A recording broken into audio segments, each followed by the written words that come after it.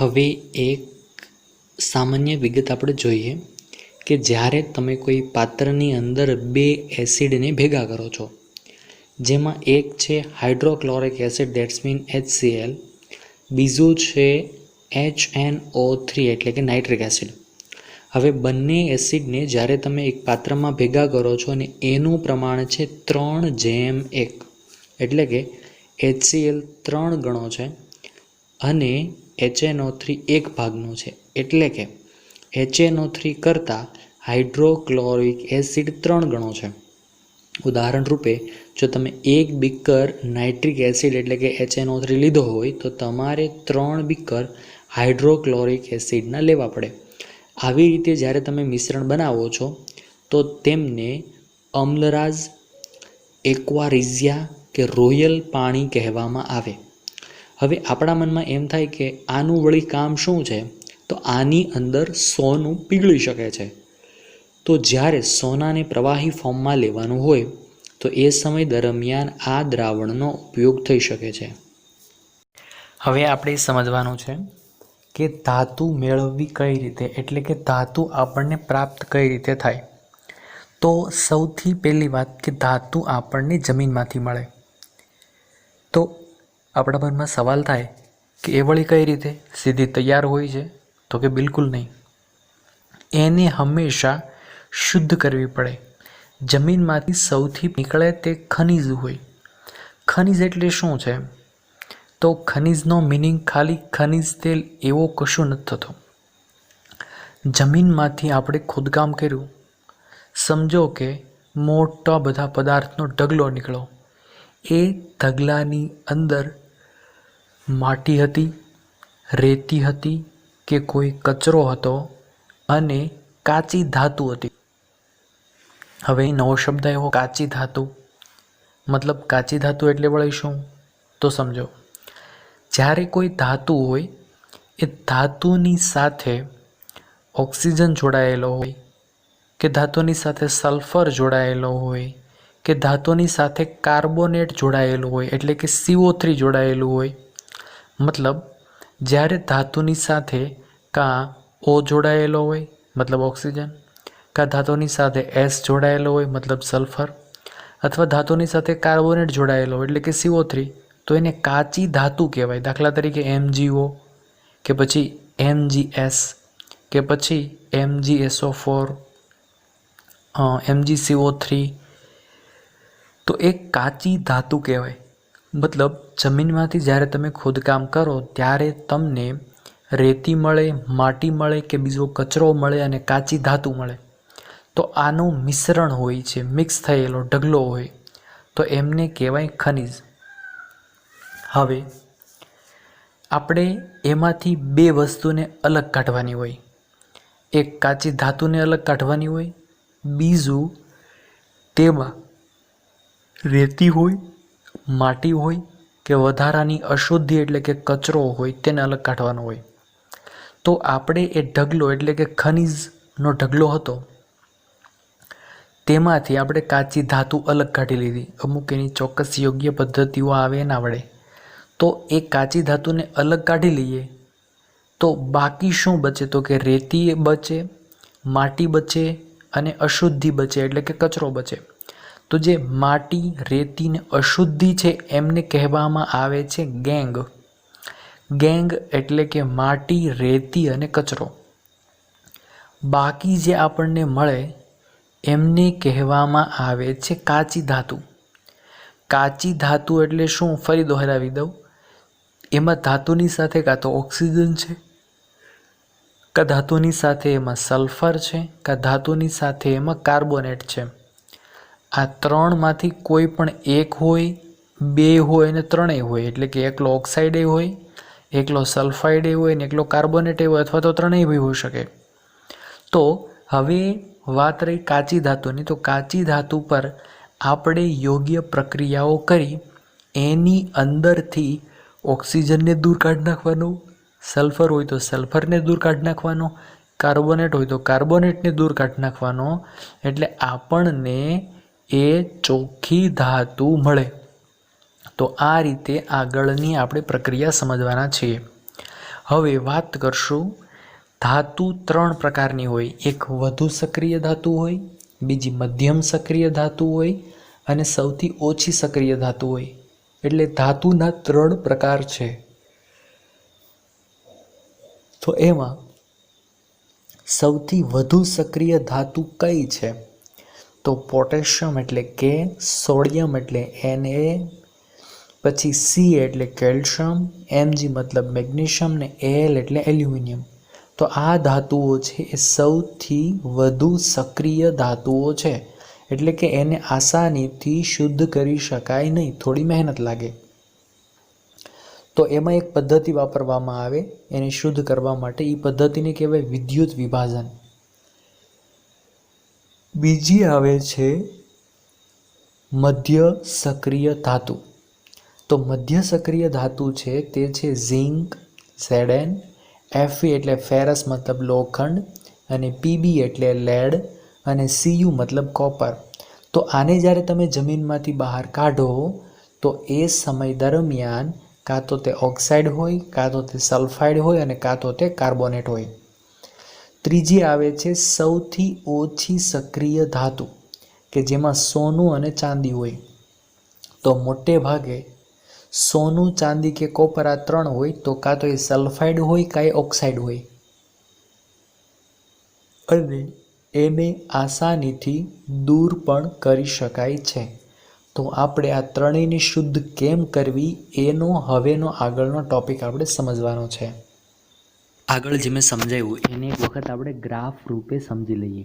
તો જુઓ, સૌથી વધુ સક્રિય હશે, અતિશય સક્રિય, તો એમનું વિદ્યુત વડે શુદ્ધિકરણ થશે.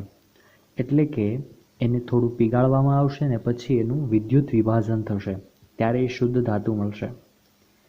ત્યાર પછી મધ્યમ સક્રિય ધાતુ, કે જેની અંદર આપણે એવું સમજાતા કે જે મધ્ય ભાગની અંદર આવે છે તે ધાતુઓને કહેવાય મધ્યમ સક્રિય ધાતુઓ. તો આ મધ્યમ સક્રિય ધાતુ છે તો કાં તો એ કાર્બોનેટવાળી હશે, એટલે કે એમની પાછળ CO3 હશે, અથવા તો એ સલ્ફાઇડ યુક્ત હશે, એટલે કે એની સાથે સલ્ફર જોડેલું હશે. તો આપણે સૌથી પહેલાં એ જે કાર્બોનેટ છે તો કાર્બોનેટને કાઢી અને તેને ઓક્સાઇડ બનાવવાનું, અને જો સલ્ફાઇડ યુક્ત હોય તો પણ તેની અંદરથી સલ્ફરને કાઢી અને એનું ઓક્સાઇડ યુક્ત બનાવવાનું. હવે એ કેવી રીતે કરવાનું? તો એની 2 પદ્ધતિ આવે છે. કે જો કાર્બોનેટ હોય તો કાર્બોનેટને તમે ગરમ કરો ને તો ઓટોમેટિક કાર્બોનેટ વયો જાય અને ત્યાં ઓક્સિજન જોડાય જાય એટલે ઓક્સાઇડ બને. એવી જ રીતે તમે હવાની હાજરીમાં સલ્ફાઇડ યુક્ત કાચી ધાતુને ગરમ કરો એટલે સલ્ફર વયો જાય અને ત્યાં ઓક્સિજન આવી જાય. એટલે કે ધાતુના કાર્બોનેટ છે તેનું ઓક્સાઇડ બનાવવાનું, એવી રીતે સલ્ફાઇડ હોય તો બી એનો ઓક્સાઇડ બનાવવાનો. ઓક્સાઇડ બની જાય પછી ઓક્સિજનને કાઢી મૂકવાનો. ઓક્સિજન જતો રહે એટલે એ ધાતુ આપણને શુદ્ધ મળે. એટલે ઓક્સિજન છે એને દૂર થવાની ક્રિયાને રિડક્શન કહેવામાં આવે. હવે વાત છે સૌથી ઓછી સક્રિય ધાતુ હોય તો સીધી વાત છે, કોઈ પણ ઓછી સક્રિય ધાતુ હશે તો એને ખાલી સહજ રૂપે ગરમ કરશો ને તો પણ આસાનીથી સલ્ફર હશે તો એ પણ જતો રહેશે, અને ઓક્સિજન હશે તો એ પણ જતો રહેશે, અને આપણને એકદમ આરામથી ચોખ્ખી અને શુદ્ધ ધાતુ મળી રહેશે. હવે આપણે ઓછી સક્રિય, મધ્યમ સક્રિય અને વધુ સક્રિય 3માંથી સૌથી પહેલાં આપણે સમજશું કે સૌથી ઓછી સક્રિય ધાતુ હોય એટલે સક્રિયતા શ્રેણીમાં જે સૌથી નીચે આવે છે તે કોપર છે, મર્ક્યુરી છે, સોનું છે, ચાંદી છે. એને તમે કઈ રીતે શુદ્ધ કરો છો તેની વગર સમજી લઈએ. હવે આ ધાતુ છે એકદમ નિષ્ક્રિય હોય. તો ધારો કે મોટે ભાગે આ ધાતુ સલ્ફાઇડ હોય. હવે શું થશે? તમે સલ્ફાઇડ હોય એને તમે ગરમ કરશો ઓક્સિજનની હાજરીમાં, એટલે કે હવાની હાજરીમાં, એટલે તેની અંદરથી સલ્ફર છે એ SO2 વાયુ રૂપે જતો રહે અને ત્યાં ઓક્સિજન જોડાઈ જાય એટલે તેનો ઓક્સાઇડ બને. એનું આપણે ઉદાહરણ લઈએ. ધારો કે મર્ક્યુરી છે એટલે કે પારો. પારાને મતલબ જમીન જ્યારે ખોદકામ થાય ને ત્યારે પારો એટલે મર્ક્યુરી છે ને સલ્ફાઇડ રૂપે આવે, એટલે કે HGS. હવે એ જે 1 ટાઈપ ઓફ પાવડર હોય તો તમે જ્યારે જે મર્ક્યુરી સલ્ફાઇડ છે એને તમે ગરમ કરશો એટલે ઓટોમેટિકલી એમાંથી SO2 વાયુ દૂર જતો રહેશે અને એની અંદરથી HGO મતલબ મર્ક્યુરી ઓક્સાઇડ બને. હવે મર્ક્યુરી ઓક્સાઇડ બને ઓક્સિજનવાળો, એને તમે ગરમ કરશો એટલે આસાનીથી ઓક્સિજન જતો રહેશે એટલે તમને શુદ્ધ Hg એટલે કે પારો મળે. તો તમને અહીંયા સમીકરણની અંદર એકદમ સ્પષ્ટ અને વ્યવસ્થિત આપેલું છે. એવી જ રીતે તમે કોપરની વાત કરો તો કોપર છે એ પણ સૌથી ઓછી સક્રિય ધાતુ છે. તો કોપર ઓક્સાઇડ છે એ બનાવવો છે એટલે સૌથી પહેલાં જમીન આપણે ખોદશું તો કોપરને બહાર કાઢશું તો કોપર શુદ્ધ નથી, કાચી ધાતુ રૂપે કોપર સલ્ફાઇડ રૂપે છે. તો હવે શું થશે કે કોપર સલ્ફાઇડ છે એને તમારે ગરમ કરવાનો હવાની હાજરીમાં એટલે ઓક્સિજનની હાજરીમાં, એટલે સીધો સલ્ફર ડાયોક્સાઇડ વાયુ જતો રહેશે એટલે કોપર ઓક્સાઇડ બનશે, CuO બનશે. પછી જે CuO છે એ CuO એટલે કોપર ઓક્સાઇડ, આની અંદર તમે જે જુઓ છો એ PPTની અંદર સહેજ ભૂલ છે, ત્યાં વચ્ચે 2 નથી આવતો. તો CuO બને. CuO છે એને તમે એમ જ તે ખુલ્લામાં જેવો ગરમ કરશો એટલે એમાંથી સલ્ફર ડાયોક્સાઇડ વાયુ જતો રહેશે અને તમને શુદ્ધ કોપર મળશે. તો આવી રીતે ઓછી સક્રિય ધાતુ એ સલ્ફાઇડના ફોર્મમાં મળે. તમે એને ગરમ કરો એટલે ઓક્સાઇડના ફોર્મમાં આવે, એને પાછી ગરમ કરો એટલે એ શુદ્ધ થઈ જાય. તો આવી રીતે આખી પ્રોસેસ છે એ આપણી પાસે મળી રહે. હવે આપણે વાત કરવાની છે શુદ્ધિકરણની કે જે મધ્ય સક્રિય છે, એટલે કે ખૂબ સક્રિય પણ નથી અને સૌથી ઓછી સક્રિય પણ નથી, એટલે કે મધ્ય સક્રિય છે. તો એ ધાતુ કઈ કઈ છે? એક છે ફેરસ, બીજી છે ઝીંક, ત્રીજી છે Pb એટલે કે લેડ અને ચોથી છે કોપર. તો આ ચારે ચાર ધાતુને જ્યારે જમીનમાંથી કાઢો તો એ વખતે કાં તો એ સલ્ફાઇડ રૂપે હશે કાં તો એ કાર્બોનેટ રૂપે હશે. તમને એકદમ જમણી બાજુ એક ગ્રાફ આપેલો છે, એમાં એવું લખ્યું છે જો ધાતુના સલ્ફાઇડ એટલે ધાતુ સલ્ફાઇડ રૂપે હશે તો આપણે ભૂંજનની પ્રક્રિયા કરીને ઓક્સાઇડમાં ફેરવવાની અને ત્યાર પછી રિડક્શન કરીને શુદ્ધ ધાતુ મેળવી લેવાની. તો આપણા મનમાં સવાલ થાય કે ચાલો ધાતુના સલ્ફાઇડ છે, ભૂંજન એટલે શું? ભૂંજન એટલે કંઈ નહીં, હવાની હાજરીમાં ગરમ કરવાની, બસ, બીજું કંઈ નહીં. તો તમે જ્યારે સલ્ફાઇડ ધાતુ હશે એને તમે હવાની હાજરીમાં ગરમ કરશો એટલે ધાતુના ઓક્સાઇડ મળશે. ધાતુના ઓક્સાઇડ મળે એટલે કે ધાતુ સાથે ઓક્સિજન જોડાયેલો છે. તો આપણે બીજો કોઈ પદાર્થ લાવવાનો અને તેના ઓક્સિજનને ત્યાંથી કઢાવી મૂકવાનો એટલે ઓક્સિજન જતો રહેશે, રિડક્શન થઈ જશે. તો રિડક્શન થઈ જશે, ઓક્સિજન જતો રહેશે એટલે આપણને શુદ્ધ ધાતુ મળશે. એવી જ રીતે ધાતુના કાર્બોનેટ છે એટલે કે ધાતુની પાછળ CO3 હશે તો એમને પણ આપણે હવાની ગેરહાજરીમાં એટલે કે બંધમાં ગરમ કરવાની. બંધમાં ગરમ કરશો એટલે ધાતુના ઓક્સાઇડ બની જશે. ધાતુના ઓક્સાઇડ બનશે એમાંથી ઓક્સિજનને કાઢી મૂકવાનો એટલે કે લઈ લેવાનો, છૂટો પાડી દેવાનો, એટલે આપણને શુદ્ધ ધાતુ મળે. તો હવે આપણે એ સમજવાનું છે કે ભૂંજન કઈ રીતે થશે અને કેલ્સિનેશન પણ કઈ રીતે થશે. તો સૌથી પહેલાં આપણે વાત કરીશું ભૂંજનની. હવે જુઓ, અહીંયા સૌ પ્રથમ સમીકરણમાં આપણને આપેલું છે ZnS, PbS અને CuS, મતલબ એ ત્રણે ત્રણ સલ્ફાઇડ યુક્ત છે. ધારો કે જમીન ખોદી તો આપણને કાચી ધાતુ મળી ઝીંક સલ્ફાઇડ, લેડ સલ્ફાઇડ અને કોપર સલ્ફાઇડ. હવે એ ત્રણે ત્રણમાં આપણે ઓક્સિજન ઉમેરીએ છીએ. ઓક્સિજન ઉમેરવું એનો મિનિંગ એવો થાય કે એને ખુલ્લામાં ગરમ કરવી. જેવું આપણે એને ખુલ્લામાં ગરમ કરશું એટલે તુરંત એની અંદરનો જે સલ્ફર છે એ સલ્ફર ડાયોક્સાઇડ વાયુ રૂપે જતો રહેશે.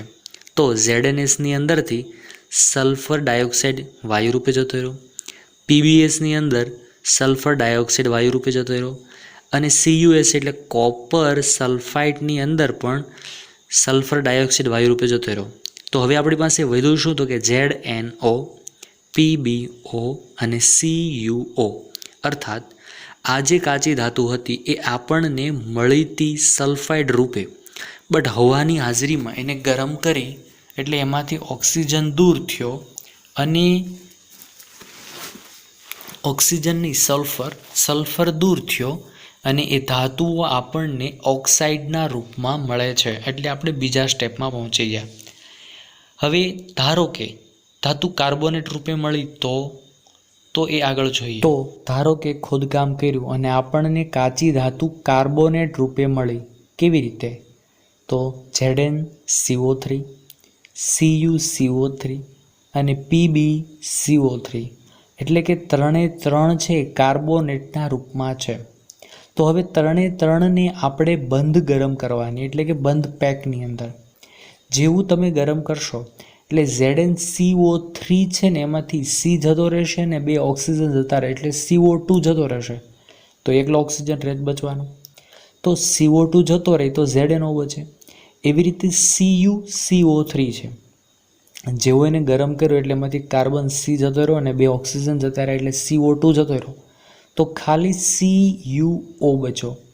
એવી રીતે PbCO3 હતું, તો એને ગરમ કર્યો તો C જતો રહ્યો અને 2 ઓક્સિજન જતા રહ્યા એટલે કે CO2 જતો રહ્યો. તો ખાલી PbO જ વધે છે. તો લેડ ઓક્સાઇડ વધ્યો. તો જુઓ, બંનેમાં ભૂંજન અને કેલ્સિનેશનમાં તો બંનેમાં આપણને અંતે ઓક્સાઇડ મળે છે. જો એક બાજુ ZnO છે, PbO છે, CuO છે નિપજમાં. કેલ્સિનેશનની અંદર પણ ZnO છે, CuO છે અને PbO છે. તો હવે આપણું કામ એવું છે કે આ જે ઓક્સાઇડના રૂપમાં જે પદાર્થ મળ્યો છે તેમાંથી ઓક્સિજનને દૂર કરવાના છે. તો ઓક્સિજનને દૂર કોણ કરી શકે છે? તો એને લાવવાના. તો હું તમને કહી દઉં કે એ ઓક્સિજનને દૂર કરનાર છે એ છે કાર્બન અથવા કાર્બન મોનોક્સાઇડ. કાર્બન કે કાર્બન મોનોક્સાઇડ એટલે કે કોલસો એ એવા છે કે આમના ઓક્સિજનને દૂર ધકેલી દે એટલે આપણને પ્યોર ધાતુ મળે. હવે આ ઓક્સિજનને કાઢી નાખનાર છે કાર્બન. પછી જો કાર્બન કામ ન આપી શકે તો સોડિયમ લેવાનો, એ કામ ન આપે તો એલ્યુમિનિયમ લેવાનો. તો સૌથી પહેલાં આપણે સંયોજન રૂપે લીધું ZnO ઉપરથી લીધો, પછી PbO ઉપરથી લીધો, પછી CuO એ પણ ઉપરથી લીધો. હાલાકી CuOનું સમીકરણ મેં લખ્યું નથી પણ તમને આસાનીથી આવડી જશે.